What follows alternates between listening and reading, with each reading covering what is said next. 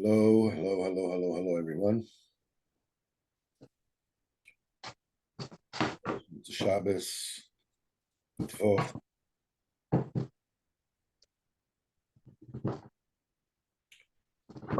So,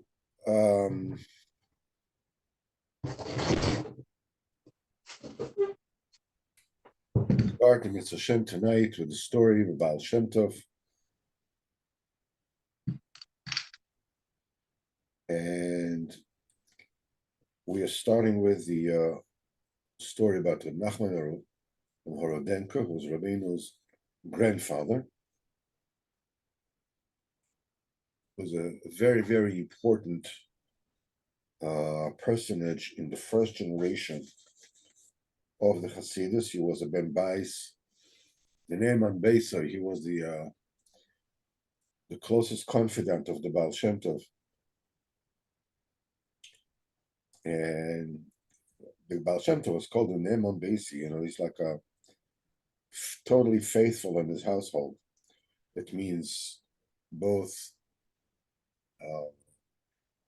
in Yonim Oilam Hazeh and spiritually. After his first wife's passing, as we mentioned, he married the sister of Yitzchak of Druvich. And they said that the shidduch was done by the Baal Shem Tov. And they say that there was an agreement that between Rabbi Nachman that the son of Rabbi Nachman will marry the daughter of Odel, the daughter of Baal Shem Tov. The very different stories about how this went about.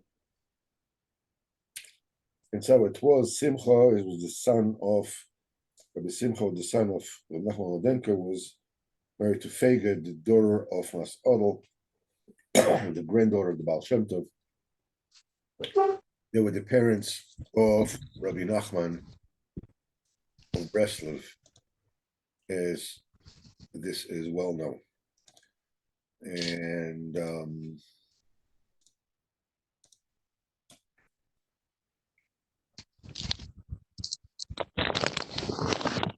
later on,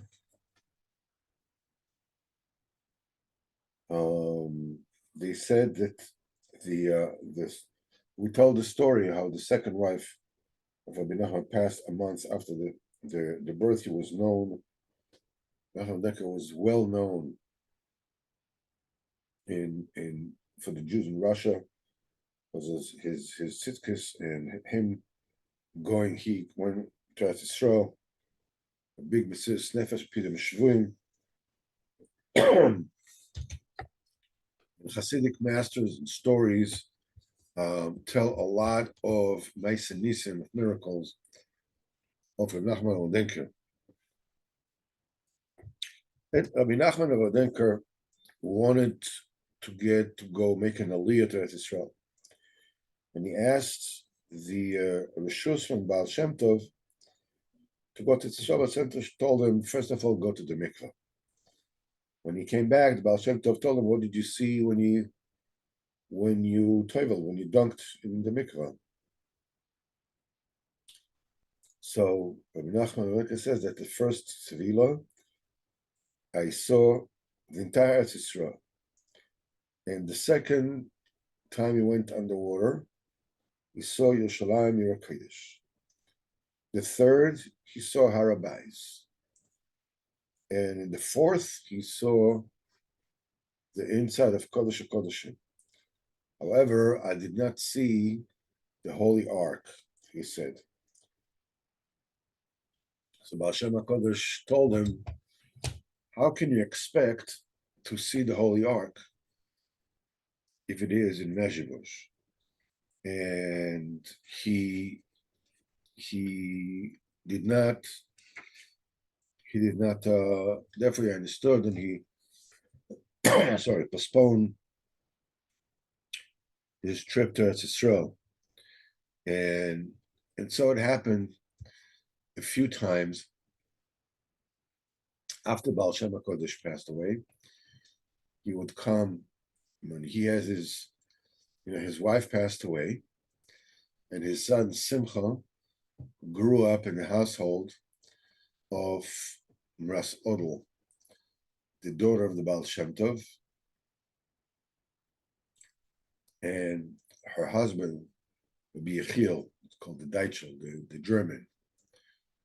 And as they grew up, the Baal Shem Tov looked at the child, at Rabbi Simcha, and he told his daughter, Ras Odel, I like this kid. So after Baal Shem Tov passed away, Ras Odel, she knew who her father was. And as he grew, she thought to herself, why did my father tell me that he likes this boy?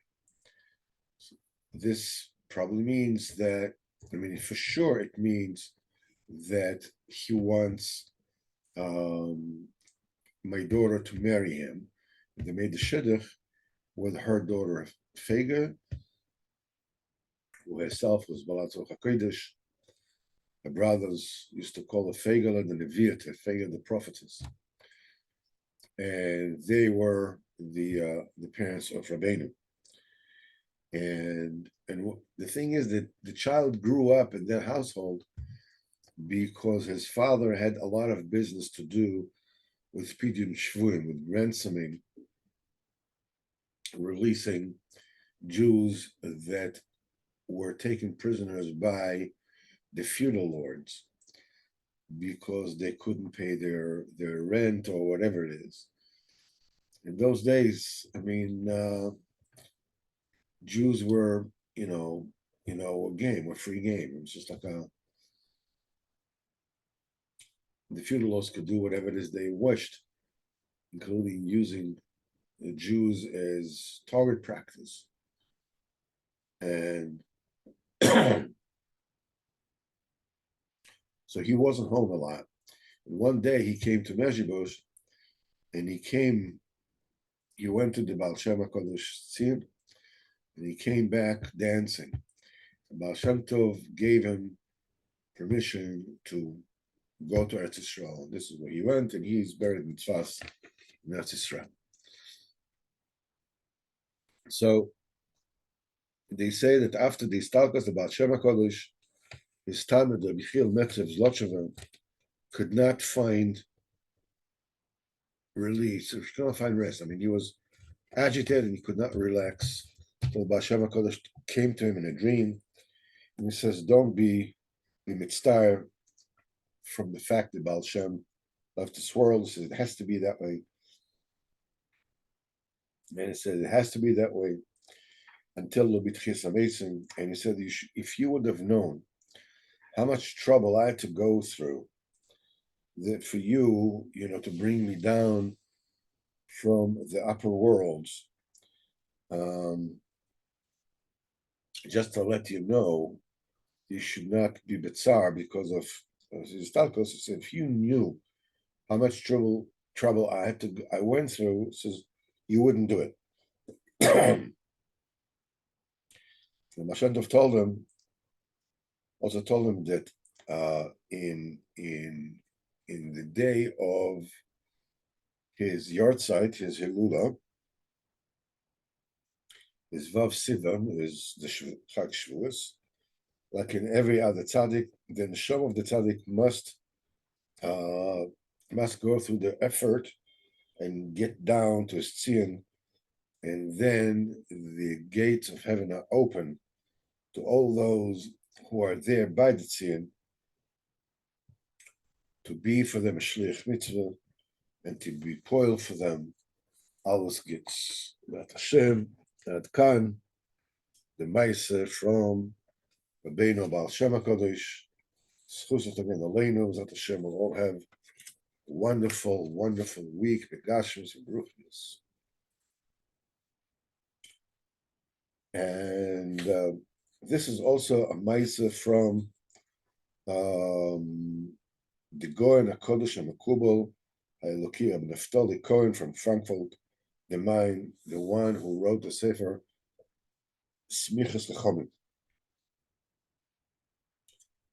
There was a meiser from the town of the Rav of Naphtali Cohen that made chasana to his daughter. And the Shabbos before the chasana is called Fushpil, Leil Shabbos. The Kala had wanted to wear a nice dress, but the mother of the Kala said, we did not agree. She says that Leil Shabbos, there won't be a lot of women guests, so she could wear any dress she wants, but the expensive dress will be worn tomorrow. And then, B'kitzur, they started arguing. And the arguing back and forth until the mother actually cursed out her daughter, Gaitzi al Yerichis, get lost to all corners of the earth. And the Kala became upset, and she left the house. When the father came home after Mariv, says, Shabbos, Mazel Tov, says, where is our Kala? Where's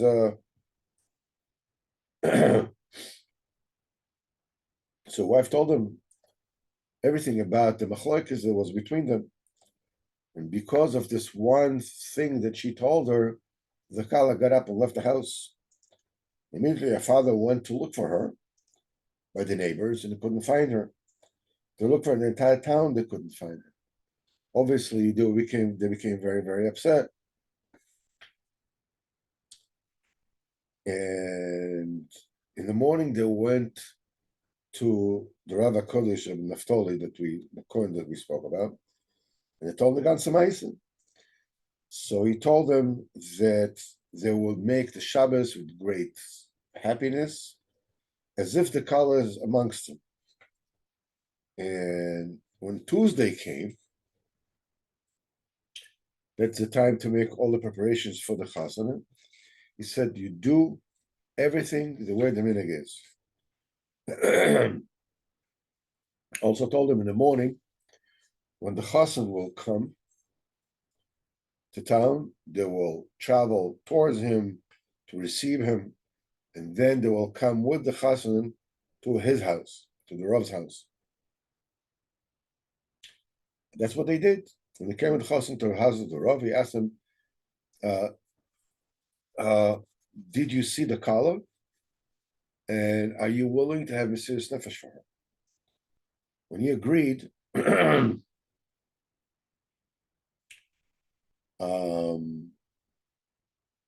Rav said to hitch his coach, and he traveled with the chassan out of town.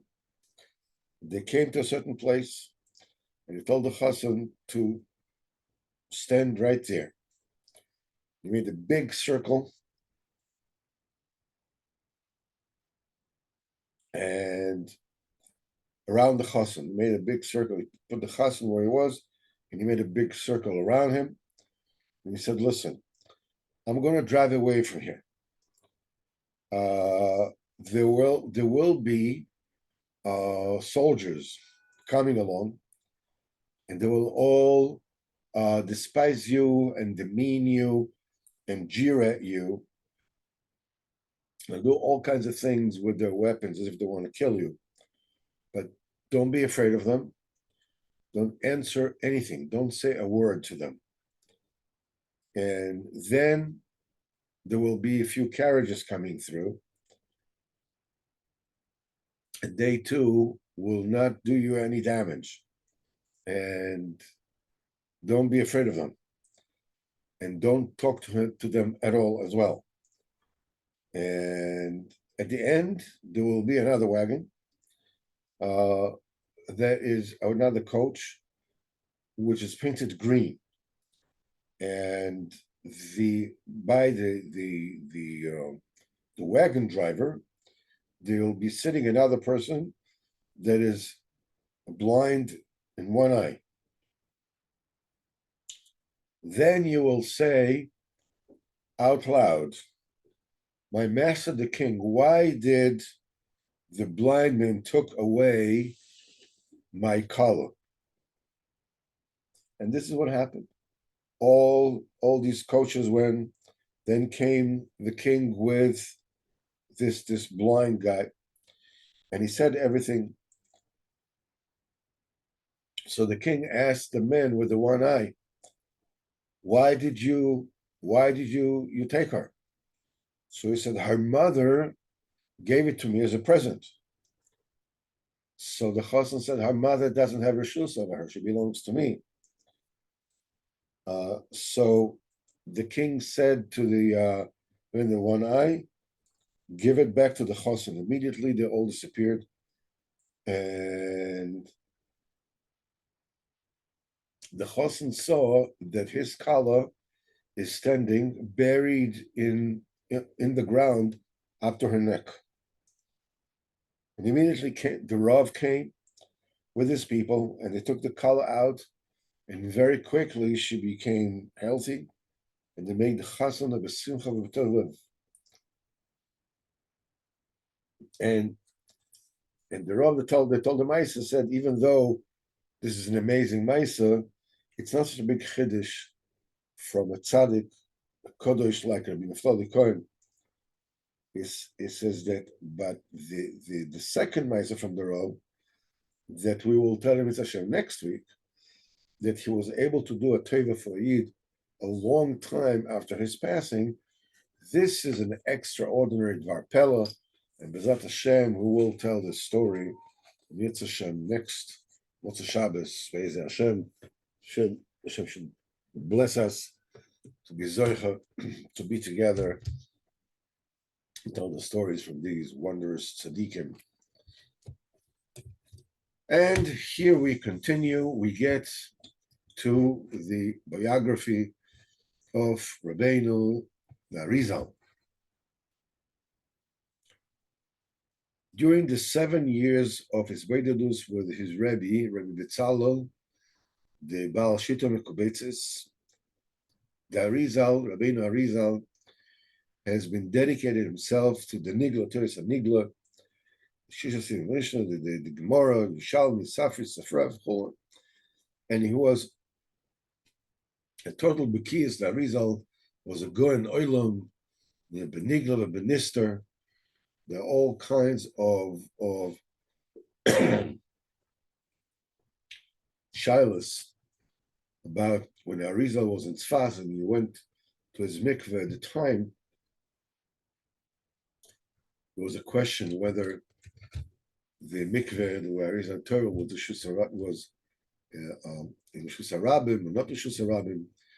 And Arizal actually went on Shabbos carrying his towel there. And the halacha was that the incline was so steep that it didn't fit into the definition of Shusarabim. And halacha was paskin that way. He was a goen oilam in Nigla and Nister and everything. And and he was Boki, the entire Torah took Kula, Arizal, everything was open to him. The Rif, the Rambam, the Turim, everything. But he wanted more. He wanted also to delve into Kabbalah, into Torah Nister. At that particular point in time, Kabbalah was learned by very, very few people. And the only way that, when there were no Sforim, it was only few people received it, a mouth from, mouth to mouth, as it were. Until Rabbeinu Arizal, it was not possible to acquire the Chochmas Kabbalah except, being totally divorced from Hevla Olam Hazeh, Tikkun Amidus, purity, Kedusha. Obviously, anybody who wants to learn to his aside has to have the Midas as a Hirus and Zrizis and Avodas Hashem and be Mishageh a lot in Nigla until he will know it, properly. That's why the Kabbalah go to Chen Chochmah Nistora, and Gdolei Israel that learned it did it, but nobody knew. Mind you, all Gdolei Israel, doesn't matter when Hasidim and Litvaks, they all they all learn Kabbalah,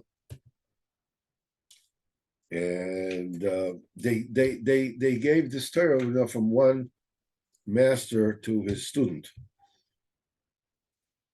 and they never wrote anything down, so lest it fall into the hands of somebody who is not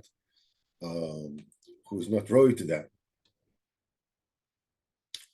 So as they saw, like with the entire Torah, that the Torah starts getting down, the generations are getting down. So the main things were written, and only the very beginnings, akdomas, like basic principles, were written down, and they taught it to their talmidim, and talmidim taught it to their talmidim, and that's what's called Kabbalah, because something has to be received. Kabbalah means that one person, select people, a generation, get it from their rabbis, and they give it to their talmidim, and so forth.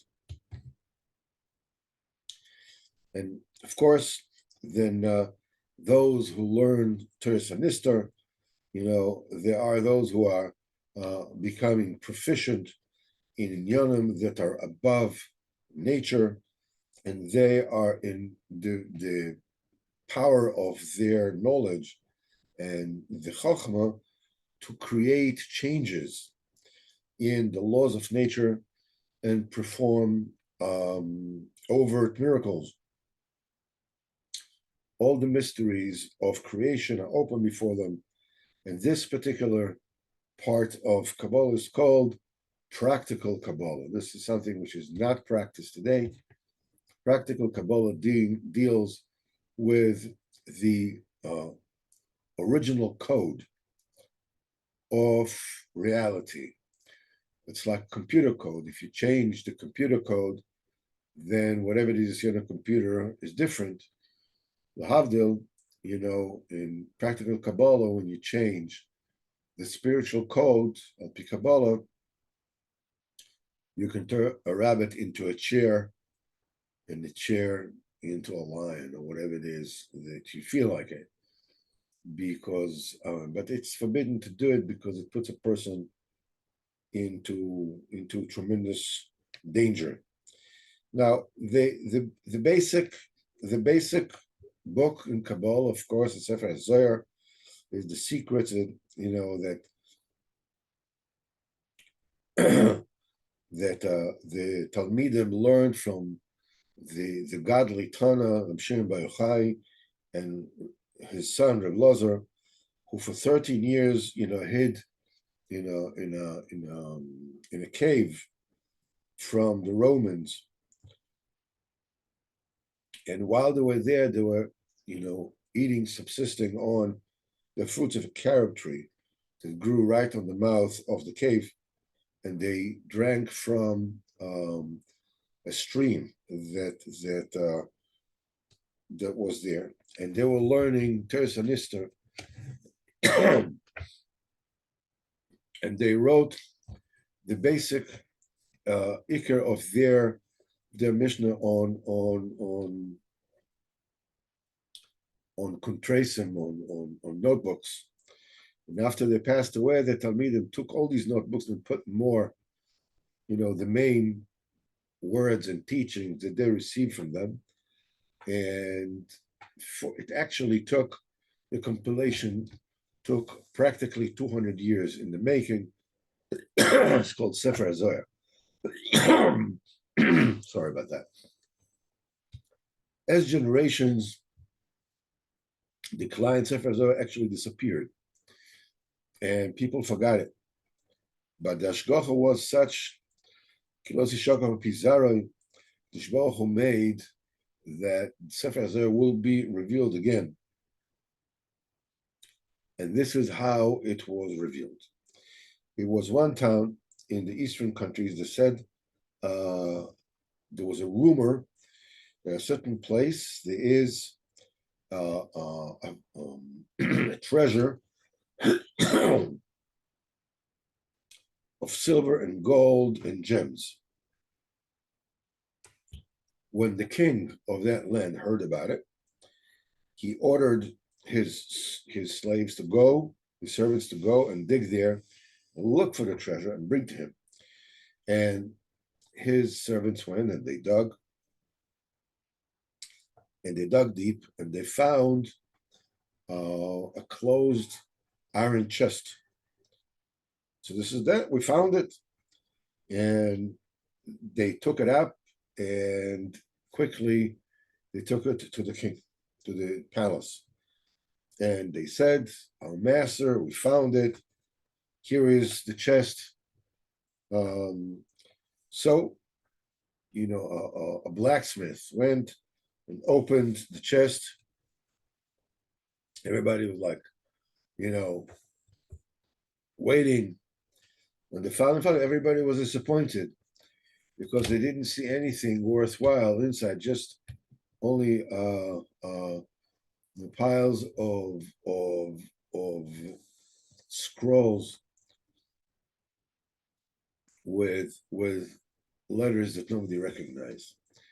So the monarch called his wise men, and they asked him to decipher what is written on this manuscript. So they looked at it from one place to the other. Says, our master, our king, we have no idea what this is. So that the manuscript was sent, to the people in Rome. They looked at it. They realized that the letters were Hebrew letters. So they said it out loud, but it didn't understand what they mean. So they said, it must be that whoever wrote this was a very profound sage of the Jews. But, this is something we have absolutely no understanding in it. So the monarch, again, told the Jewish sages to come before him and to see what is written in it. And they stood there, and they were also perplexed. They could read what was written there, but they could not understand what it meant. So they told him, the wisdom that is written on this manuscript is far too profound for us. This is, maybe there are amongst the Chachamim, the sages, the Jewish sages of Spain, because there they were Mekubal, the Ramban was a Mekubal, and many others. There are people, there are thinkers, philosophers. Maybe somebody, one of them, is able to explain what's written in the Sefer. So, in a royal decree, the manuscript was sent to the sages of Spain. They read it and they studied it, and they were able to understand what's written in it. And this was Sefer HaZohar. It was an unbelievable simcha. They asked the king to please sell it to them.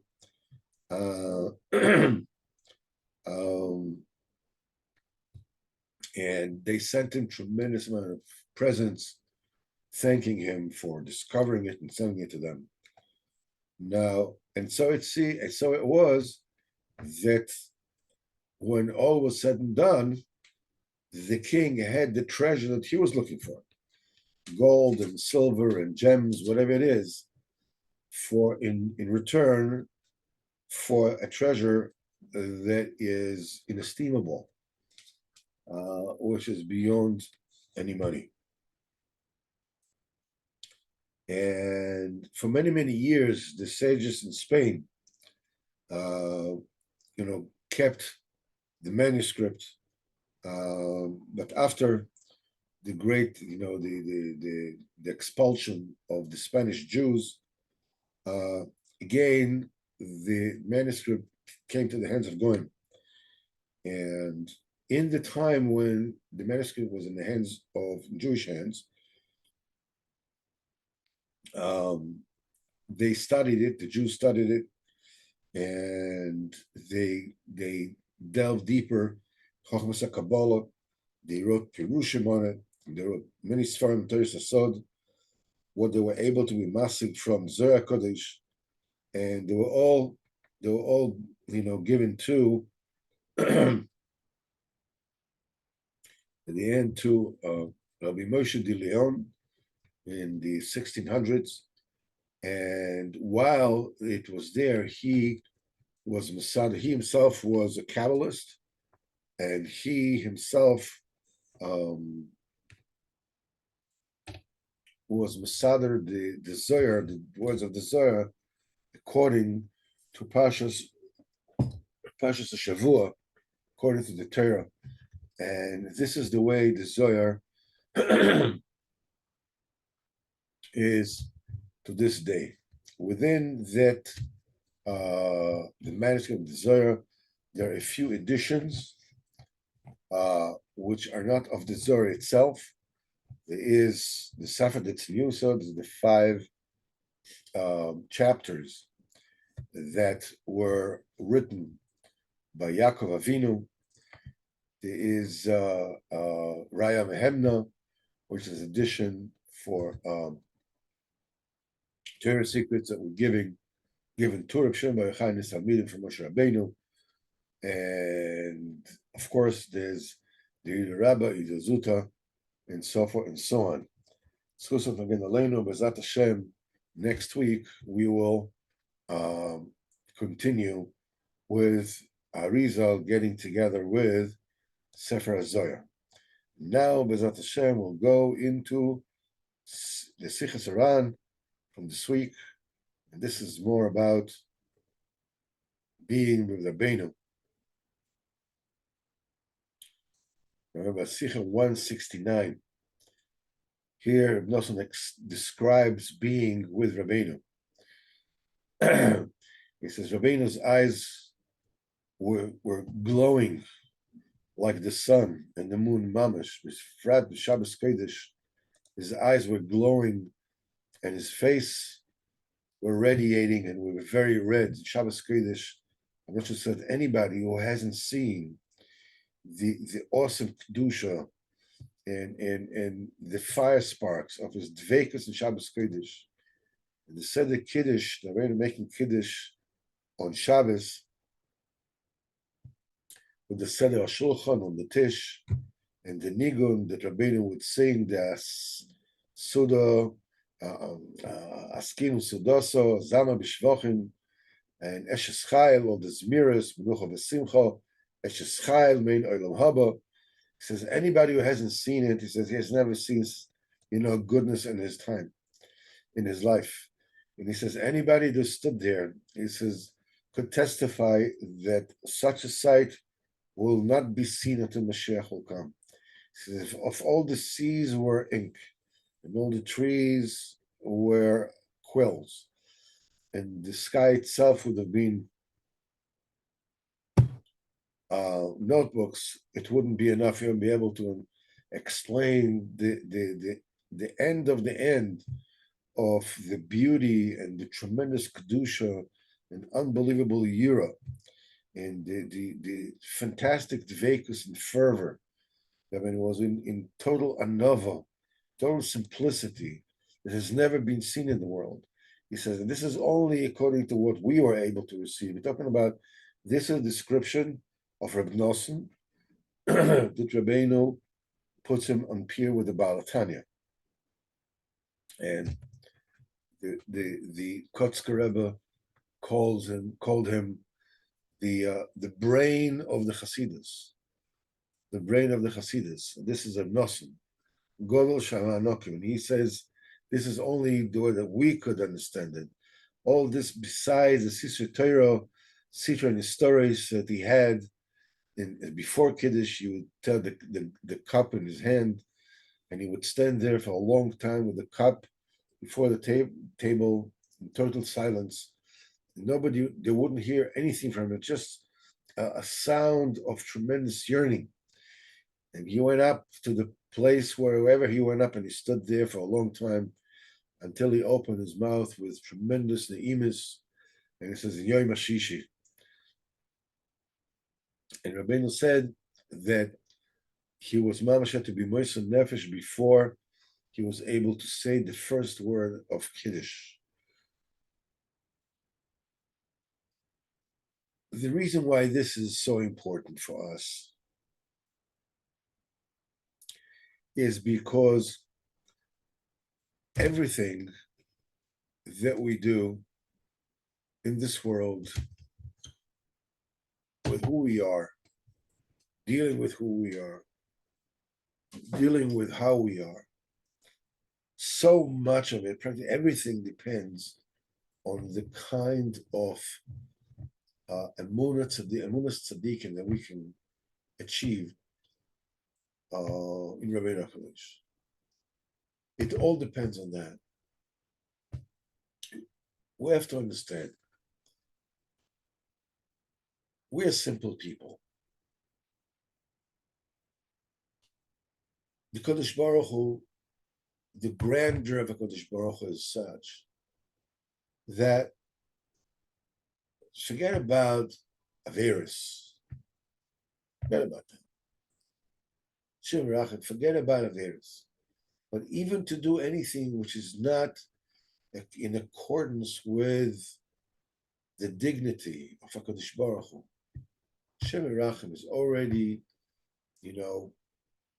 befitting that a person, Shem Rachem. Rabbeinu told us, he said, vis-a-vis who HaKadosh Baruch Hu is and what HaKadosh Baruch Hu is, and vis-a-vis who we are. He says, we have no ability to do tshuva on anything.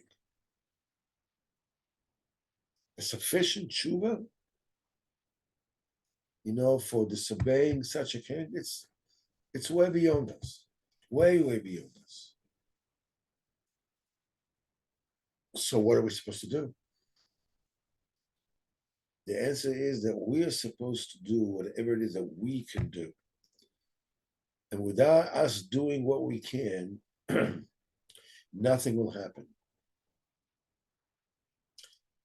But when we are connected to the tzaddik takes our tshuva and does tshuva for us together without tshuva, and that constitutes a tshuva shleima.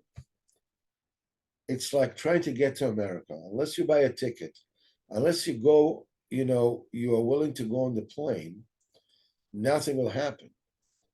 But you cannot fly to America without the airplane.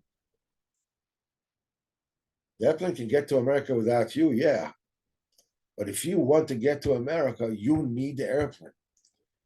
But the airplane cannot get you to America without you doing what you need to do to get on the airplane. The Nibsh is the same thing. Without us doing tshuva, nothing will ever happen. But we cannot do tshuva like we cannot fly to America without an airplane. The airplane in this particular mashal is the tzaddik. And the way to get it is through emunah tzaddikim. Emunah in the realness of the kedusha of the tzaddik, the schos of the kedusha of the tzaddik. That it's a real thing, that it works. When you lean on it, you can get anywhere. You can do anything. Gashmis, ruchnis, everything. Whatever is necessary. That's why we have to put such tremendous efforts into emunah tzaddikim. Especially when it comes to Rabbeinu. Because the more pertinent that tzaddik is, the more pertinent he is to my tikkun, to my eternal tikkun, the bigger the Yetzer Hara is not to believe in him, or to believe, like, basically, kind of like put nice headlines on it. It's all like, number one, nothing like it. but it remains. In other words, we talk the talk, but don't walk the walk. That's why we have to put such immense amount of tefillah to be zoiche, to believe. And the tzaddik emes, we call Ramach Averim v'Shasa Gidim. So we'll be able to see him in every action that we take, and to feel him with every breath that we take, to the point that we become him. Mamash one with him. As Rabbeinu says, Eretz Ucheretz Yeshvea, the land that eats up its inhabitants. Eretz is Emunah. When a person has an Emunah in something, he turns into its essence. We need to have such a Emunah Tzaddikim that we will become Rabbeinu. We'll become one part with one thing with Rabbeinu. More and more and more and more. And if it doesn't go with tefillah, you cry out. You shout it out. And shouting gets you into the next universe.